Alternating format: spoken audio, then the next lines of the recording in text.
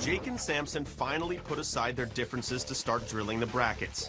They decide to mount them vertically based on what they learned from Mike's structural test. This plate's going to hold our pulley, and that's going to be what supports our whole contraption from going up and down.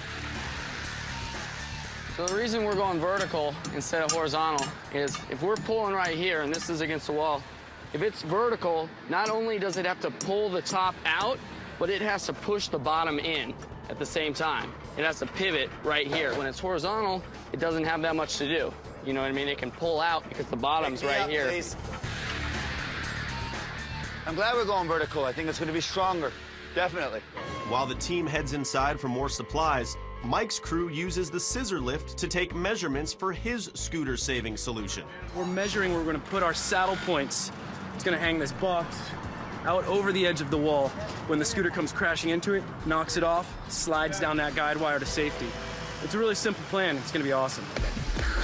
Now we're getting our secondary chute put out, so this is going to be the inside chute. Tucking this over the inner rail, and then comes back out around the outer rail, and then we'll clamp it. So you have a little extra strength as it's pulling in on this particular rail. And the outer chute is also secured with the tie lines and the risers. So all that is just giving us additional levels of protection to hold on to this thing.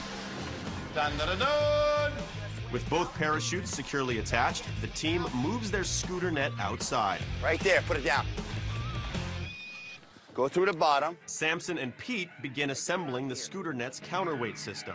A counterweight system is basically a way to balance a force on one side of a lever with a counterweight on the other side. The solution that the builders have basically has a gigantic 15-foot lever that reaches off to the top of the roof. As the scooter enters this net, the lever pulls forward and the counterweight rises. That balancing stops the downward motion. Right now, the most important thing for these challengers is to figure out that precise amount of weight they need as their counterweight. Too little, this net comes swinging down and crashes into the ground. Too great, the net doesn't move at all. The scooter either tears through it or it just crashes right into it and breaks itself just from the G-forces of that shock alone. And right now, it doesn't seem like they realize the actual importance of calculating how much weight they need to put on that.